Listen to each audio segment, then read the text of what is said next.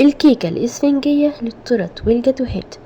نفسك تعملي تورتاية حلوة بس الكيك دايما بيفشل منك، مش عارفة ازاي تظبطيه. خلاص وداعا لفشل الكيك، هقولك ازاي يطلع معاكي هش وطري مش مفرول وكمان مرتفع ومش هيهبط منك ابدا، وكمان من غير فصل البياض عن الصفار ومن غير استخدام دقيق الاسبونج الجاهز. هنعملها بكل سهولة وهقولك التريكات اللي هتخليها تنجح معاكي من اول مرة، ومن حلاوتها تبقى عايزة تاكليها كده من غير اي تزيين ولا اي حاجة. بس كملوا معايا الفيديو للاخر، ولو اول مرة تتابعوني ما تنسوش الاشتراك في القناة وفعلوا جرس التنبيهات عشان يوصلكم كل جديد. ويلا نشوف هنعملها ازاي. اول حاجة هحتاجها 5 بيضات بدرجة حرارة المطبخ، يعني ما يكونش البيض ساقع، نطلعه من التلاجة قبل ما نستخدمه بساعة. واحتاج كوباية من السكر ونص كوباية من المية، مية فترة مش ساقعة ولا سخنة. معلقتين ونص كبار من الكاكاو لو هنعملها بالشوكولاتة، لو مش هنعملها بالشوكولاتة يبقى هنستبدل الكاكاو بالدقيق. معلقتين ونص كبار من النشا وكوباية ونص من الدقيق، ويفضل يكون نوع كويس لجميع الاستخدامات. وباكت فانيليا ومعلقة صغيرة من البيكنج باودر، وكمان معلقة صغيرة من المحسن الجل، عبارة عن جل بيبقى في كيس كده صغير بنجيبه من عند العطار او مستلزمات الحلواني، ما بيبقاش غالي خالص بس مهم واساسي لنجاح الكيك، هيخليها حلوة جدا واسفنجية. هناخد معلقة صغيرة منه والباقي هنشيله في التلاجة، مش هيحصله حاجة لو هنستخدمه قريب. لو مش هنستخدمه قريب ممكن نشيله في الفريزر ونطلعه قبل ما نستخدمه يفك. وبس يا جماعة، هي دي المكونات بتاعتنا.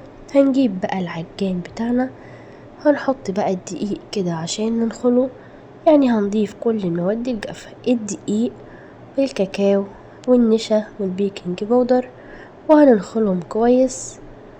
خطوة مهمة علشان الكيكة تطلع هشة. هنضيف بقى كل المكونات الجافة دي وننخلها كده. ممكن طبعا تستخدموا المضرب الكهربائي لو ما عندكوش عجان، وهنديهم تقليبة كده على السريع علشان يختلطوا مع بعض. وبعدين هنضيف باقي المكونات كلها على بعضها، مفيش حاجة قبل حاجة، السكر والبيض والمية والفانيليا والمحسن الجل، كله على بعضه، مفيش حاجة قبل حاجة خالص.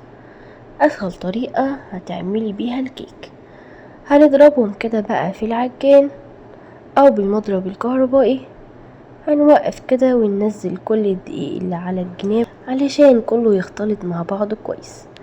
هنضربهم بقى لمدة 4 دقايق في العجان كده على سرعة عالية لحد ما نوصل للقوام اللي احنا شايفينه ده، يبقى لون الخليط كده لونه فاتح وكريمي زي ما انتوا شايفين. وطبعا يا جماعة انا استخدمت مج الشاي الحادي علشان اعاير بيه كل المقادير، وده طبعا علشان مش كلنا عندنا ميزان نعاير بيه، والمج ده متوفر في كل بيت. وهنا كانت خلاص بقت جاهزة معايا، شايفين بقى حجم الخليط تضاعف ازاي وكريمي مش خفيف يا جماعة، لازم يبقى كده زي ما انتوا شايفين.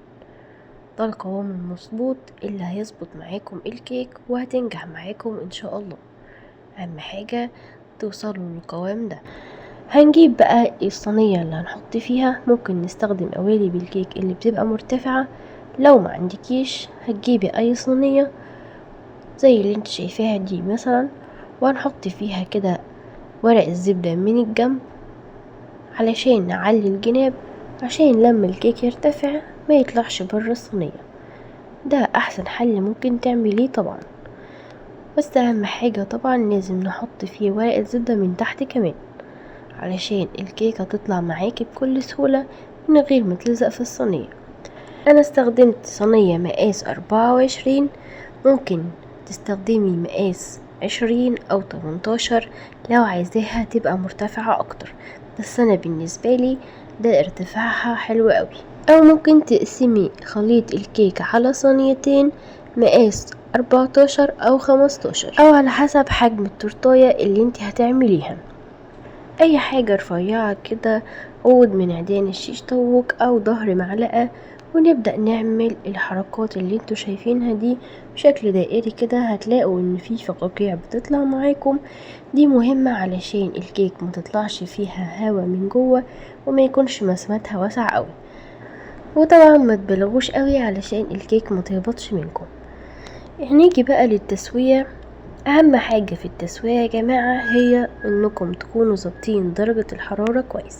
هي المفروض بتدخل على درجة حرارة 180 في الرف الاوسط، ونكون مشغلين النار من قبلها بشوية.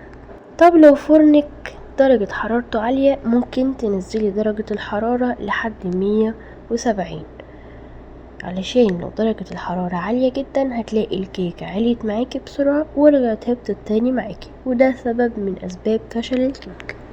وطبعا مادام دخلتيها الفرن اوعي تفتحي عليها قبل ما تستوي علشان ما تهبطش منك وتقولي الكيكة هبطت ليه، انت فتحت عليها بدري قبل ما تستوي. طب هنعرف منين انها استوت؟ هتبدأي تشمي ريحة الكيكة كده، هتبقى مفحفحة وقلب الشقة كلها كده، تعرفي ان الكيكة استوت. استني عليها 10 دقايق كمان وافتحي، وبعدين اختبريها بالخلة. لو طلعت نظيفة من النص يبقى كده فل قوي، لو ما طلعتش نظيفة هنرجعها الفرن تاني. ومهم جدا انكم تسيبوها تهدى شوية في الفرن والباب مفتوح علشان ما تطلعش من السخن للبارد وتهبط منكم شوية. انا كنت حاطة الصينية في صينية تانية اكبر منها علشان الصينية دي خفيفة شوية فممكن تلسع الكيك. هنا بقى كانت الكيك استوت معايا، وهشيل كده ورق الزبدة من الجنب علشان الكيكة تتهوى وما تبقاش مكتومة. طبعا هي لسه سخنة وانا مش عارفة اشيلها، بس شايفين بقى هي حلوة ازاي، طرية قوي، ايدي بتعلم فيها من كتر الطراوة. شايفين بقى ارتفاعها؟ الارتفاع ده يا جماعة ممكن تقطعوه ل3 طبقات او 4 طبقات زي ما انتوا حابين. وطبعا زي ما قلت لكم لو حابينها تبقى ارتفاعها اكتر من كده هتستخدموا مقاس صينية اصغر، هتطلع معاكم مرتفعة جدا جدا. تركة مهمة جدا يا جماعة انكم لو هتعملوا تورتة لازم تحضروا الكيك قبلها بيوم، لازم تبات كده ليلة علشان تتماسك وتعملوها بكل سهولة من غير ما تتفرول منكم او تتبهدل. هنا طبعا كانت لسه سخنة فلسه طرية قوي قوي، مش هينفع اعمل بيها التورتة دلوقتي. انا سبتها في التلاجة، كنت مغطياها بالصينية اللي هي اكبر منها. وطبعا زي ما انتوا شايفين ده الوش بتاعها اللي بيبقى فيه الزفارة كلها، فاحنا بنقشره كده بالطريقة دي، بتبقى سهلة معاكم جدا في التقشير بعد ما تبات في التلاجة.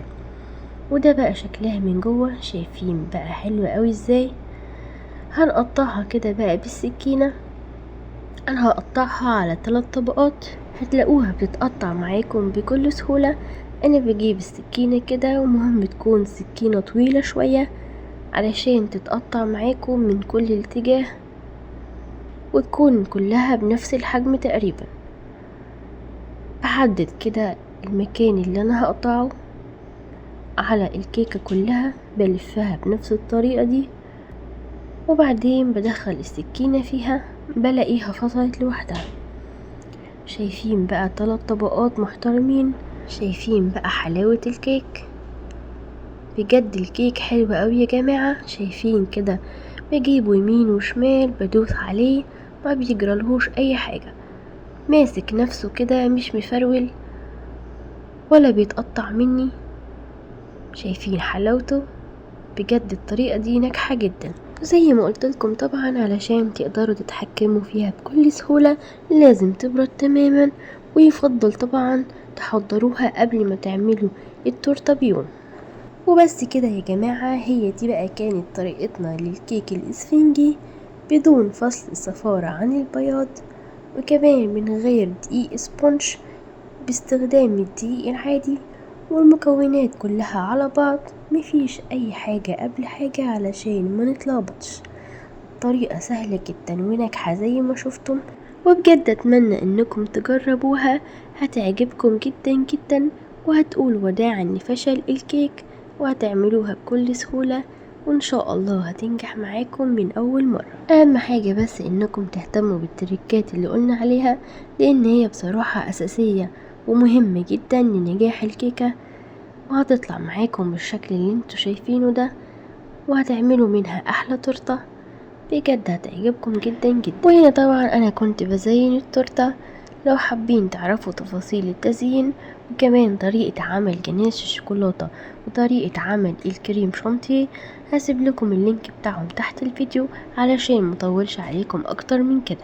وده بقى كان شكلها النهائي، بجد كانت حلوة قوي قوي، وطعمها بجد كان تحفة، مش هتحسوا انها معمولة في البيت ابدا، وكأنكم شارينها بالظبط. ويلا بقى جربوها وقولولي رأيكم فيها. لايك بقى لو عجبكم الفيديو، وما تنسوش الاشتراك في القناة وكتروا الشير، واشوفكم على خير.